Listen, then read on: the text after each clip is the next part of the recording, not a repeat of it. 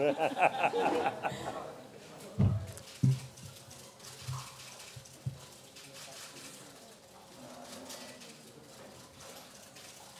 2 seconds.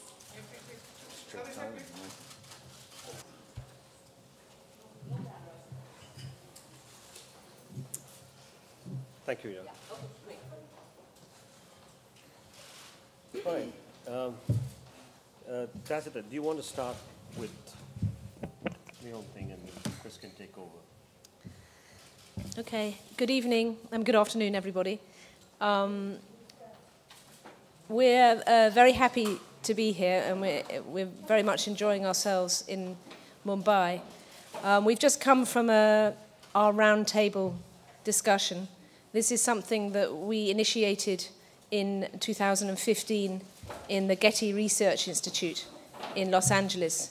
And it was the first time that we encouraged the various communities involved in the use of film, from artists, filmmakers, stock manufacturers, lab owners, the Academy for Motion Picture Arts and Sciences, festivals, education, to sit around museums as well, to sit around one table and to discuss with great concentration how we could keep film as a medium available for future generations. And this was the first of four. This is the first of four. The second one was in London. The third one happened in Mexico City without Chris. And then now we're in Mumbai, Reframing the Future of Film 4. Yeah, Chris, you want to just add? Do you want to talk about... What do we want to tell them? About why are we here and Why are we here? I'll just give the background.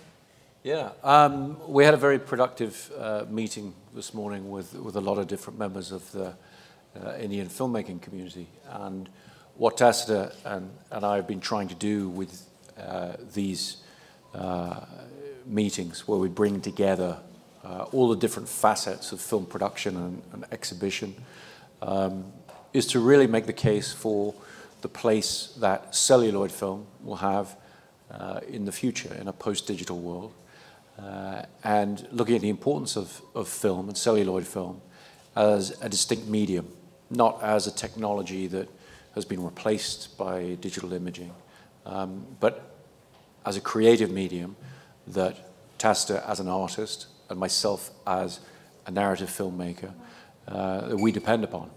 And we've had very productive coming together, in different filmmaking communities around the world, as Tacita said, starting with Hollywood and then going to Britain and now coming here to the largest film industry in the world.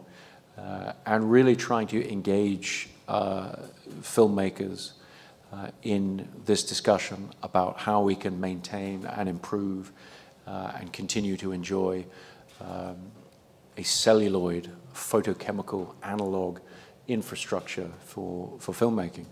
And the significance really of doing this with the Film Heritage Foundation is that this also has a very, very important part to play in preserving for future generations the history of film, and obviously in this case the history of Indian film, for future generations to be able to experience the way that those filmmakers who made those films originally intended, by promoting film print screenings, by being able to properly preserve and protect the works of the past and make them available to the audiences of tomorrow.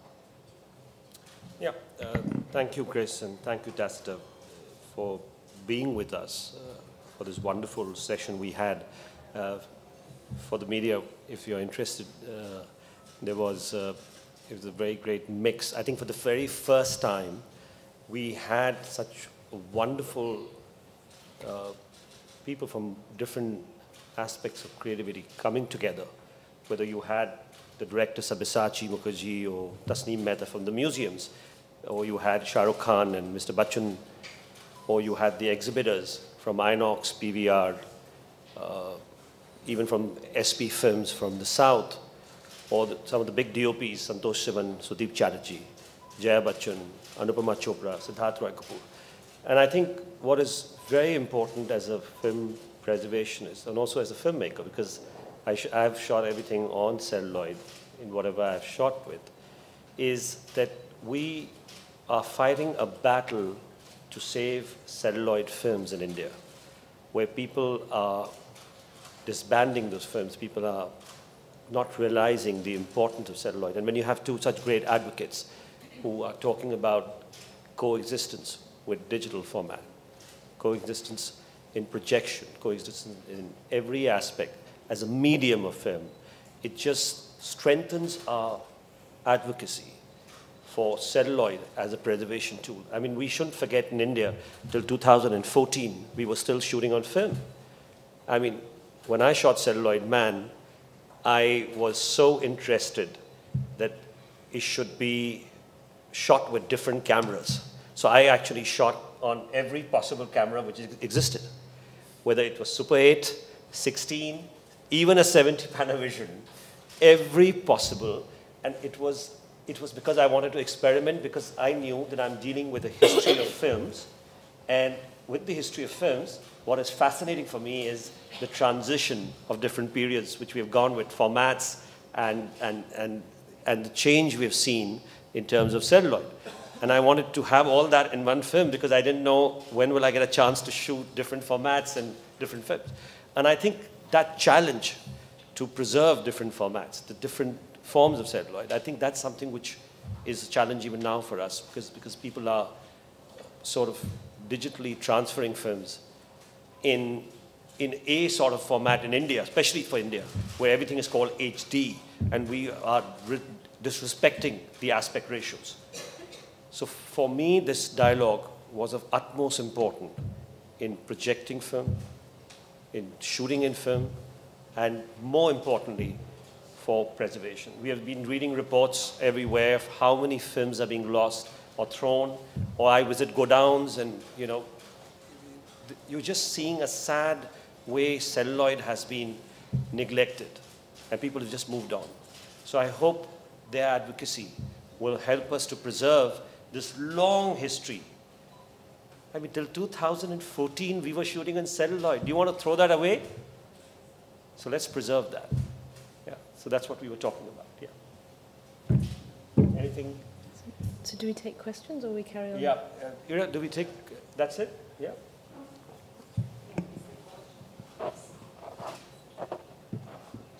Yeah. Sorry, what were the conversations? Okay. Do you want to just... continue. Yeah, just a few conversations. Okay, the first in the round table was divided into sort of three sections, and the first was about capture or filming. I should say that also amongst us was Jeff Clark, the CEO of Kodak, who in our Getty event came out and said that actually Kodak is absolutely committed to film. And this, and again in the public event that evening. And this was a moment where, you know, there had been a lot of, you know, speculation that film was over. And actually to this day, I keep being asked, does Kodak still make film? And they do, very much so. And so that alone is to try and stop the understanding that, or the misunderstanding that film is not available anymore. It is available, it's very much available. And I think the whole point of this, and I'm an artist, so my context is within galleries and museums, and what's very important to me, and which is as something that's, having spoken to Chris a bit about this, is that a lot of filmmakers are not allowed to choose, you know, actually don't have the right to, or the authority to choose the medium with which they want to make their work. And in art, of course, in my world, you know, mediums, and I pluralize it deliberately to give it power, are what artists use. You know, we all know that artists use, you know, paint, they can use print, they can use photography, film, sculpture. That makes sense to everybody in this room. And for, you know, within cinema to be told you can only use digital was a very foolhardy thing. So this was the beginning of our discussion, was about how to encourage people to shoot on film again, and saying that it's available was the first thing. And also, in a way, to counteract the negativity about film, you know, the pessimism. And so that was, and then we moved on to exhibition. That, you know, it's very important that, you know, clearly cinema is in India and in much of the world in a mass way is become digital cinema. But that doesn't mean that film's not available in film, some theatres and archives and in museums, and also for special occasions like Dunkirk. And then the final thing was preservation. So we split it into these three areas. There was a question for Ms. Tacita. Are you concerned that the streaming platforms such as Netflix and Amazon have altered the current cinematic discourse? Well, funnily enough, I don't think I should be the one answering that question, because I show in museums and galleries, and my desire is for the works that are made as artworks are not in any way digitized, because for me a digitization of a film made by an artist in an art museum is a facsimile and not the original. And we've talked about this a lot, but in the art world, the word, you know, we use the word medium, we use the word medium specificity, which means that if you go and see a painting, it is a painting. It's not a digital copy of the painting. And the museum is the place that protects the original object. And we have to apply those rules within museology. We have to also apply them to you know, within cinema. But I'm not the person to answer about streaming. Of course, you know, it's more for Chris, I think. No, but there's a part 2 to the question. Oh, sorry. Probably the one that points that you've covered. The debate is moving from mediums to exhibition platforms, from film versus digital versus theatrical. Say that. Well, for a start, we're going to stop talking about film versus digital. This whole reframing the future of film is to start bringing in film plus digital. We're living in a landscape where we can have both. You know, everything is about choice. So it's very strange on this one issue we should be reduced to just one option again. And it's all about choice.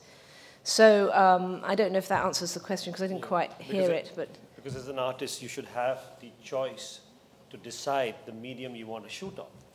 And that's what the dialogue is all about. That's what we are all looking at, that I should have the choice to preserve the film the way I want to preserve it. And I'm sure if I have made a film, I don't like to see celluloid, man. I try to push. I remember when it was chosen in Celluloid, and we had great friends there, and they said, it's too expensive to ship the print. I said, I'll offer to pay for it, but I'd rather have you watch in the way I have shot the film. And that's what we all aspire to be as creative people, is that we want the original format in which way we have shot the film to be seen in that. The next question is addressed to Mr. Nolan. Are there any common misconceptions about digital and film that harm the conversation you want to initiate? There's a famous misconception about digital's longevity and reliability. What are some of the others? Well, I mean, a lot of the point of these events and the point of the conversation we had this morning was in dispelling certain myths. Really, these arise because there's been a very powerful financial imperative for electronics companies and technology companies to try and transform the industry.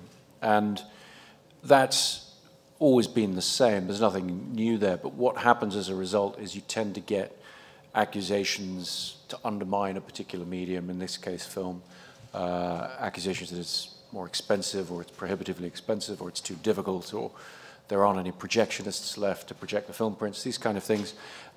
We've spent the last few years just patiently explaining that, you know, film is here to stay, and it's a wonderful medium that we can all enjoy. And we've continued to work in the same way we've been working for many years. And as Tacita said, it's really not about film versus digital.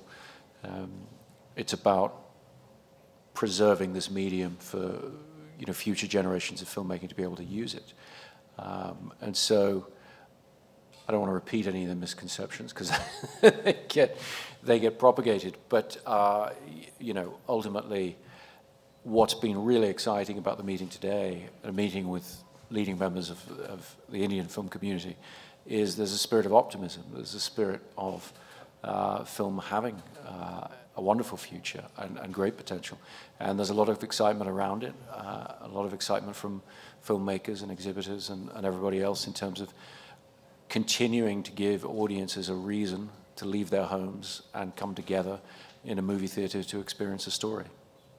Thank you so much. You know, I just want to add that just after the meeting, two DOPs have confirmed, and they have said that they're very sure they're going to go. Sudeep Chatterjee, who shot Padmavat and who shot all Bansali's films.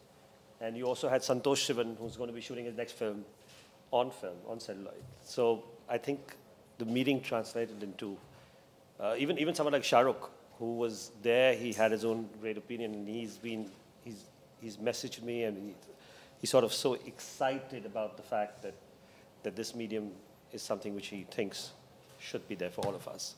And we are all very excited after it. And actually, I just want to say something more about the poetics of the medium.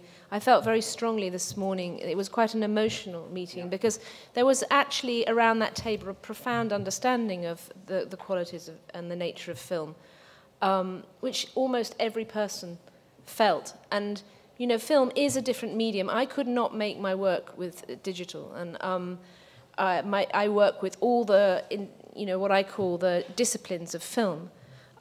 So, you know, and for me, it's about the poetics of the medium. I'm into chemistry and into the light and into the magic and the blindness and all such of this wonderful medium. And it was a very, very strong sense today, I thought, that everyone kind of understood the sort of fundamental differences of this medium from a digital medium. So it's not like we are in any way trying to go back. We're actually trying to go into the future. And my personal aim is that I want it to become normal to shoot film. I want it to be normal. I don't want to be, I mean, we both don't want to be doing this in 15 years' time. We want it to be normal. We don't want to have to, that artists and filmmakers don't want to have this resistance anymore because it's just there and it's fine. Let it just be normal. In this discussion that you had at the round table, and there was probably every representative from every field, like scholars and filmmakers and DOPs, how does the viewer fit into the conversation? Well, I mean, very much so, actually. And I don't think we should underestimate the viewer, because I know from personal experience people that will cross cities to go and see a film projected as film, because the experience is different. And I know that's exactly what... I mean, you all know about the Dunkirk screening. I was just giving that example. 70 mm Dunkirk screening IMAX Wadala and 35 mm Interstellar at Liberty.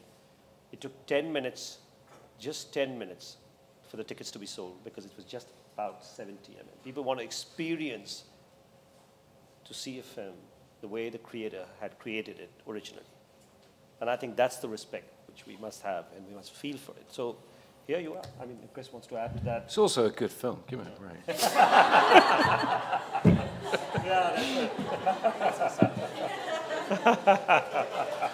No, I think.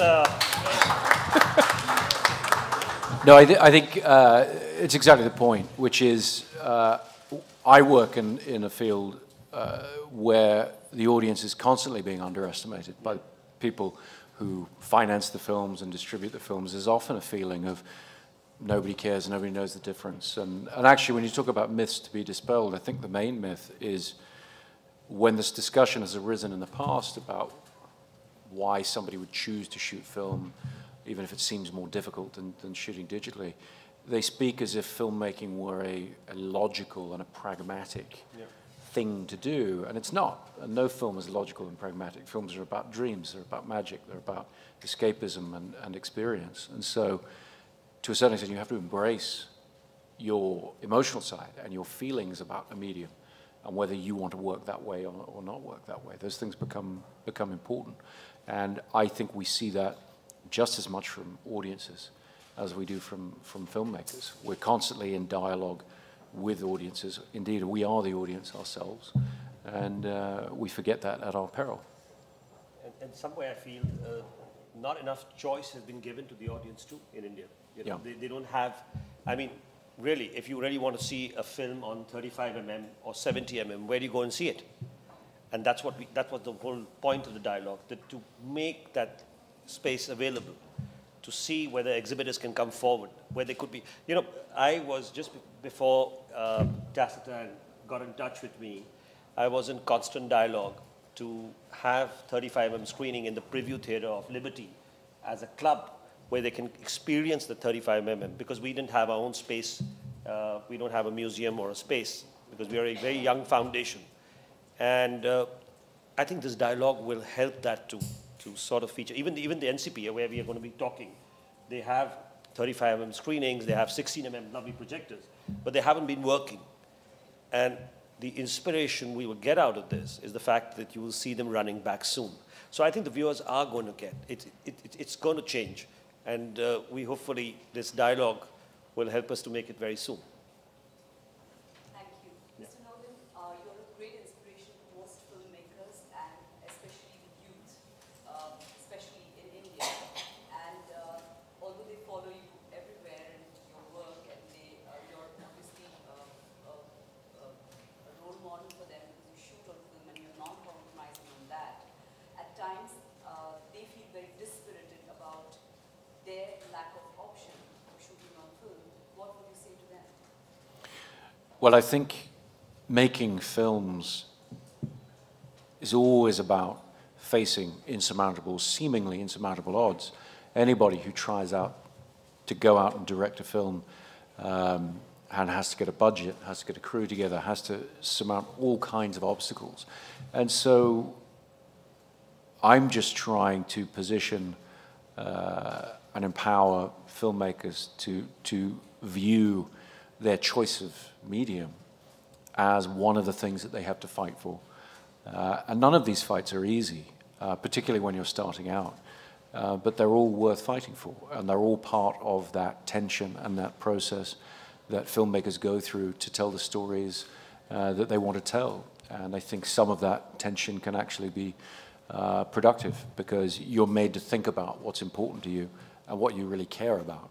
And what we want to see as film goers on screen are stories and presentations that the people who made them care deeply about. Thank you. Thank you. Did you feel that in the room there was a positive feedback from people who were on the other side of filmmaking, which is the exhibition? Yeah, no, I think so. I mean, I felt very positive energy in the conversation from all aspects, particularly exhibition. Obviously, their frustration is that they get pulled in different directions and they're told to go digital because people want that, and then it's come back to film because people want that. But I think the enthusiasm and the excitement that everyone feels around films in this community is vital, and is what will allow great things to happen in this regard, because ultimately it's about getting people together, getting them out of the house, and giving them a fantastic experience at the movies. Okay, thank you. Should we? Is that it? Yeah, we better go. Thank you. Thank you very much, everyone.